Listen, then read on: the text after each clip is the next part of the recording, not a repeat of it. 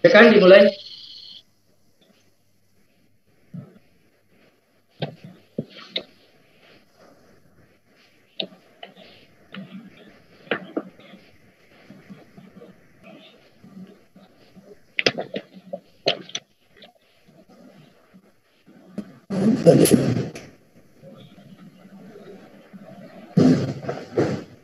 Ya baik, bismillahirrahmanirrahim.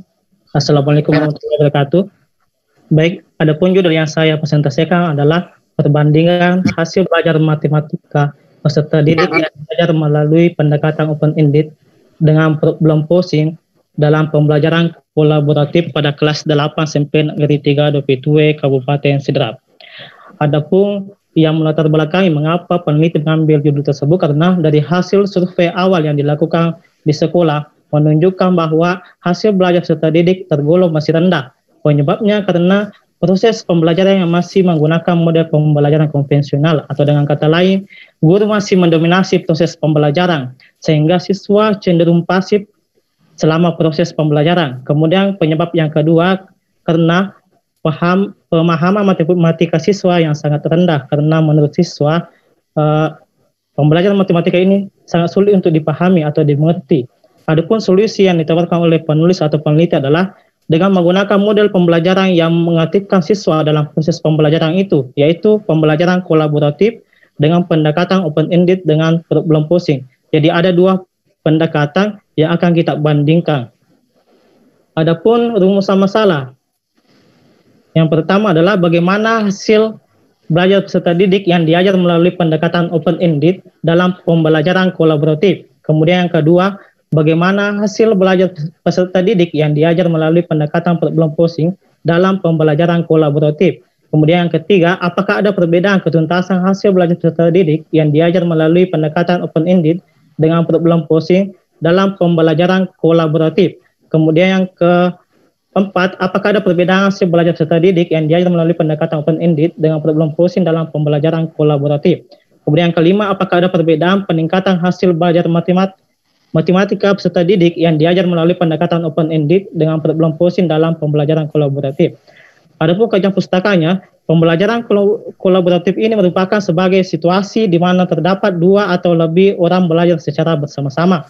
Kemudian pendekatan open-ended merupakan suatu pendekatan yang memberikan peluang munculnya berbagai macam jawaban dengan berbagai cara atau strategi. Kemudian problem posing adalah pendekatan yang mengharuskan siswa menyusun pertanyaan-pertanyaan yang lebih sederhana sehingga mudah mengacu pada penyelesaian soal. Kemudian hipotesis yang pertama adalah hasil belajar peserta didik yang diajar melalui pendekatan open-ended dalam pembelajaran kolaboratif pada siswa kelas 8 SMP Negeri 3 Dopitue. Kemudian kedua, hasil belajar peserta didik yang diajar melalui pendekatan problem posing dalam pembelajaran kolaboratif. Yang ketiga, terdapat perbedaan ketuntasan klasikal matematika yang diajar melalui pendekatan open-ended dengan problem posing dalam pembelajaran kolaboratif.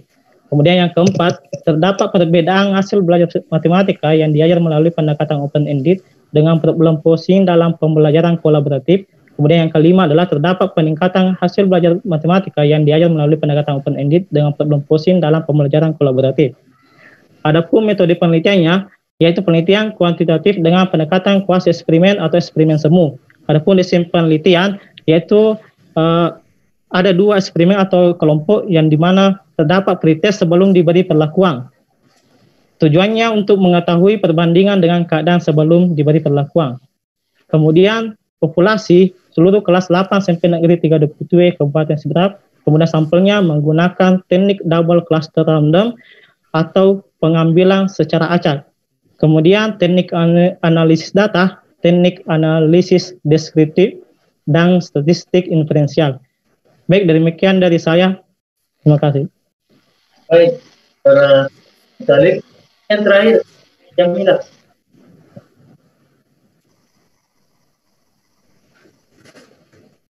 Jamila, halo.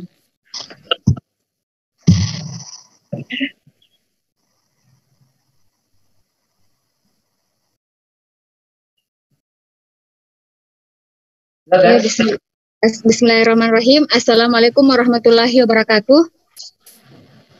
Salam. Saya Siti Jamilah akan memaparkan proposal penelitian yang berjudul Pengaruh Kecerdasan Emosional, Kemampuan Berpikir Kritis, dan Motivasi Belajar terhadap Prestasi Belajar Matematika peserta didik kelas 8 SMP Negeri 2 Matirobulu, Kabupaten Pinrang. Yang pertama, pendahuluan, yaitu latar belakang. Adapun yang melatar belakangi penelitian ini adalah salah satu mata pelajaran yang masih menjadi momok yang dianggap sulit bagi peserta didik adalah mata pelajaran matematika. Nah, stigma negatif terhadap matematika tersebut tidak muncul dengan sendirinya, sehingga peserta didik memiliki karakter yang tidak mampu menunjukkan prestasi belajarnya secara optimal sesuai dengan kemampuan yang dimilikinya, sehingga mempengaruhi prestasi matematikanya. Hal ini terlihat dari hasil belajar matematika pada jenjang pendidikan menengah yang peserta didik di Indonesia secara umum relatif rendah. Nah, ini dilihat dari hasil konferensi pers Kemendikbud tentang ujian nasional 2 jenjang SMP. Rata ujian nasional matematika di Kabupaten Pinrang masih bawah rata-rata ujian nasional secara nasional. Hal ini menandakan bahwa pendidikan di Indonesia khusus pada pelajaran matematika masih tergolong rendah dan jauh dari apa yang diharapkan. Pencapaian prestasi belajar peserta didik di bidang matematika tersebut dipengaruhi oleh banyak faktor. Sebagaimana yang diungkapkan oleh Slameto pada tahun 2015, menggolongkan faktor tersebut sebagai faktor internal dan faktor eksternal. Nah, contoh dari faktor-faktor tersebut adalah kecerdasan emosional, kemampuan berpikir kritis, dan motivasi belajar peserta didik.